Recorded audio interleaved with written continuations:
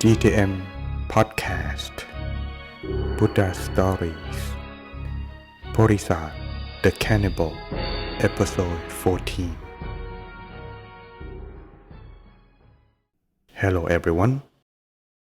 We hope you enjoy Porisat The Cannibal so far and learning the Buddhist wisdom along as well. Since this story was the Buddha's past life, the character name and culture may be quite a bit unfamiliar to many of you, but once you get used to it, the story is well worth spending time upon to listen. And one more thing before we start, please subscribe to the channel to support us and keep the program continuing. Let's not waste our time anymore and get into the story. From the last episode, Porisat successfully abducted King Suttasoma from the ceremonial ground, but the king asked to be released in exchange of his vow. Porisat trusts his own friend and allowed him to go back to fulfill his appointment. However, in Porisat's mind, he is willing to sacrifice his arm in exchange of his friend's life if he will not return as promised. After King Suttasoma went back to the ceremonial ground, many people were overjoyed by his return and asked many questions about his abduction. The king told them everything about his adventure except the promise he made with Porisat. When he arrived at the palace, he told his attendants to bring Brahmin Nanda in for their meeting. When Nanda arrived, the king's attendants invite him to have a meal and refreshment before teaching the Dhamma to their king, due to the custom and respect to the Dhamma of the Lord Buddha. After the Brahmin finished his meal, the king arranged Nanda to sit on a higher and elaborated seat while he sat on the lower one. When the Brahmin brought out the scriptures and read the Dhamma to the king. Verse number 1. Associating with the wise just once, one can be protected by that contact for the rest of one's life. However, associating with fools even many times will fail to protect you for the rest of your life. Verse number 2. If you associate with the wise, you should associate with them closely, because anyone who can learn the virtues of the wise will know only prosperity and never know decay. Verse number 3. Even a loyal chariot that is beautifully decorated must eventually deteriorate and decay. In the same way, the body that we possess must eventually decay and die. However, the virtues of the wise never goes out of date and never decays. It is only the wise together who can know each other's mind. Verse number 4. The earth and the sky are far apart. The two sides of the ocean are far apart, but they are not far apart as the behavior of the wise and that of fools. King Suttasoma listened to the Dhamma. His heart was full of joy. He decided to honor the Brahmin with $4,000 in 4 bags, and each bag was 1,000. He asked the Brahmin, "How much does it cost to demonstrate this Dhamma, Master?" The Brahmin replied, "Your Majesty, I receive $100 each time I demonstrate it, and so this is why this Dhamma is known as Sataraha, which means 100. The king then said, "You don't know the value of this Dhamma, Master. From now on, it will be known as Sahasaraha, which means 1,000. Please take this token of $4,000 as my offering for your own use." After King Suttasoma presented the offering, there were the sound of rejoicing for his kindness. Sadhu! From this moment on, this Dhamma is known as Sahasaraha. Long live the king!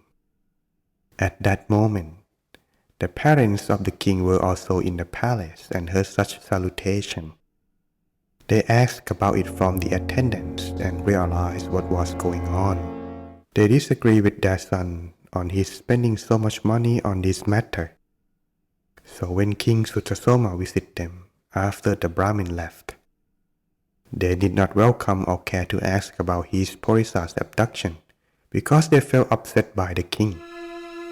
Since his arrival at the palace, instead of visiting them first, he invited the Brahmin to give the demonstration of the Dhamma and made an offering of 4,000, which was too much in their opinion. This is common for the parents who want to receive attention from their child in every aspect. The older they get, the more attention required. When their child becomes distant and indifferent, the parents would feel even more distressed and upset. The parents would show their displeasure. We should realize that they react this way was due to their feeling of neglect. The child can cure them by staying close and comfort them, asking about their well-being or visit them often. This illness will be cured without the assistance of any medical doctor. It is even more common for greedy parents. Not only will they refuse to help anyone, but when they see their child helping others, they would feel unsatisfied, jealous, and even ridiculous. So if the parents feel this way, be aware that they have been overtaken by their greed. This would be solved without much difficulty by congratulating when they do good deed. Anyone who could perform this act means that their mind has been opened up to become noble. The parents of King Suttasoma felt neglect and succumbed to greed for the loss of their wealth. When the king paid respect to them, they criticized him for his generous act. Suttasoma, that Dhamma is worth only $80 or $90. The most is 100. You know it well that no Dhamma is worth 4,000. It is too expensive. King Suttasoma saw his father was not pleased with the offering of $4,000 to the Brahmin. He replied, "Father, I wish to develop myself in wisdom, and I would like to have the wise men as my companion. I would never have enough of them, even if the beneficial Dhamma was from a slave or someone without any status. I would gladly learn from them with great respect as well. I have never been satisfied in listening the Dhamma." Realizing that it was the time for him to return as he had promised, King Suttasoma bid farewell to his parents. So he continued, "Father, please do not be angry at me for such a trivial matter. Our kingdom is filled with treasures such as jewels, gems, and etc. Why should you criticize me for this mere sum of $4,000? Now is not the time for such matter, but it is time for me to live. I made a vow to Porisat that after listening to the Dhamma, I will return to him. I would like to bid you farewell and hope that you will take care of your health." After hearing his words, his parents and everyone in the room were shocked. They were not ready for what the king had to say. The king's father objected, "Suttasoma, why do you have to say such words? Why should you return to Porisat? To be killed? We have great armies such as elephant troops, horse troops, and great army of foot soldiers and archers. They are very skillful. Come, we will bring justice to this cannibal and kill him." King Suttasoma continued, "Father, I made a vow. It is something that I must keep. I must go back. If I don't keep my words, who would respect me?" His parents began to cry, feeling the loss of their son again to the hands of Porisat.